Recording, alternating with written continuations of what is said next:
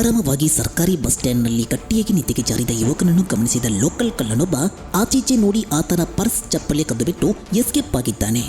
ಯುವಕ ಎಚ್ಚರಗೊಂಡು ನೋಡಿದಾಗ ತನ್ನ ಕೈಯಲ್ಲಿದ್ದ ಬ್ಯಾಗ್ ಹಾಗೂ ಹಾಕಿಕೊಂಡು ಬಂದ ಚಪ್ಪಲಿಯನ್ನು ಎಸ್ಕೇಪ್ ಮಾಡಿದ್ದಾನೆ ಕಳ್ಳ. ಹೌದು, ಈ ಘಟನೆ ನಡೆದದ್ದು ಬೇರೆ ಎಲ್ಲೂ ಕೂಡ ಅಲ್ಲ, ಡಿಸೆಂಬರ್ 20ರಂದು ರಾತ್ರಿ ನಮ್ಮ ಸುಳ್ಯ ಸರ್ಕಾರಿ ಬಸ್ ಸ್ಟ್ಯಾಂಡ್ನಲ್ಲಿ. ಈ ಘಟನೆ ದೃಶ್ಯವು CCTVಯಲ್ಲಿ ಸೆರೆಯಾಗಿದ್ದು ಸೋಷಿಯಲ್ ಮೀಡಿಯಾದಲ್ಲಿ ವೈರಲ್ ಆಗುತ್ತಿದೆ. ಮುಂದೆ ಏನಾಯಿತು ಅನ್ನೋದು ಪ್ರಶ್ನೆಯಾಗಿ ಉಳಿದಿದ್ದು ಪೊಲೀಸ್ ಇಲಾಖೆ ಈ ಕಡೆ ಗಮನ ಹರಿಸಿ ಸುಳ್ಯಪೇಟೆಯಲ್ಲಿ ಹೆಚ್ಚಾಗಿ ತಿರುಗಾಡುತ್ತಿರುವ ಈ ಕಳ್ಳನನ್ನು ಹಿಡಿದು ಬೆಂಡೆತ್ತಿ ಮುಂದಿನ ದಿನಗಳಲ್ಲಿ ಈ ರೀತಿ ಘಟನೆ ನಡೆಯದಂತೆ ನಿಗಾ ವಹಿಸಬೇಕಾಗಿದೆ.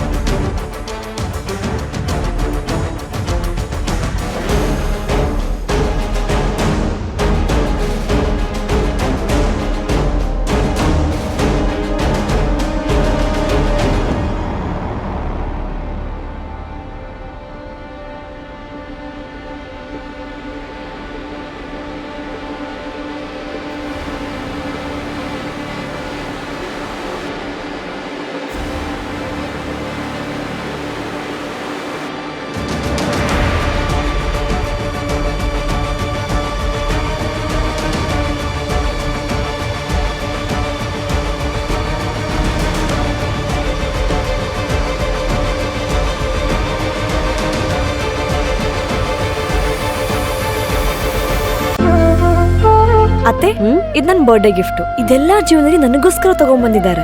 ನಿನ್ ಮೇಲೆ ತುಂಬಾ ಚೆನ್ನಾಗಿ ಕಾಣುತ್ತೆ. ಇದು ತುಂಬಾ ಚೆನ್ನಾಗಿದೆ ಅಲ್ವಾ? ತುಂಬಾ ಚೆನ್ನಾಗಿದೆ.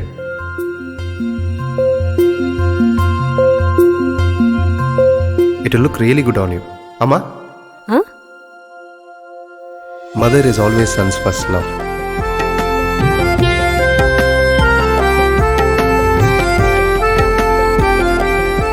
ಪ್ರತಿ ಪೀಳಿಗೆಯ ಪ್ರೀತಿಯ ಮಳಿಗೆ GL ಆಚಾರ್ಯ ಜುವೆಲ್ಲರ್ಸ್.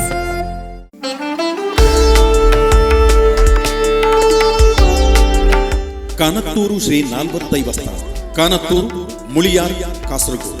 ಕಳಿಯಾಟ ಮಹೋತ್ಸವ 2024ರ ಡಿಸೆಂಬರ್ 27ರಿಂದ 2025 ಜನವರಿ 1ರ ತನಕ. ಕಳಿಯಾಟ ಮಹೋತ್ಸವದ ಕಾರ್ಯಕ್ರಮದ ವಿವರಗಳು: 2024ರ ಡಿಸೆಂಬರ್ 29ನೇ ಆದಿತ್ಯವಾರದಂದು ಮುಂಜಾನೆ ಚಾಮುಂಡಿ ದೈವ, ಬೆಳಗ್ಗೆ ಪಂಜುರ್ಲಿ ದೈವ, ಸಂಜೆ ಮೂತೋರ್ ದೈವ, ರಾತ್ರಿ ಬಂಬೇರಿಯ ಮಾಣಿಚಿ ದೈವ.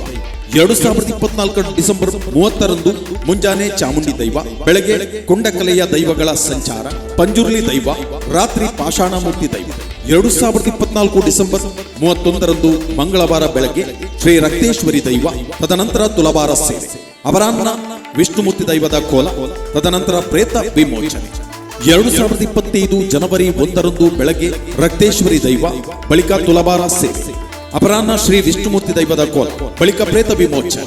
ಈ ಎಲ್ಲ ಕಾರ್ಯಕ್ರಮಗಳಿಗೆ ಆತ್ಮೀಯ ಸ್ವಾಗತ ಬಯಸುವ KP Gopinathan Nair, managing trustee, Kanathur Shri 4 ದೈವಸ್ಥಾನ.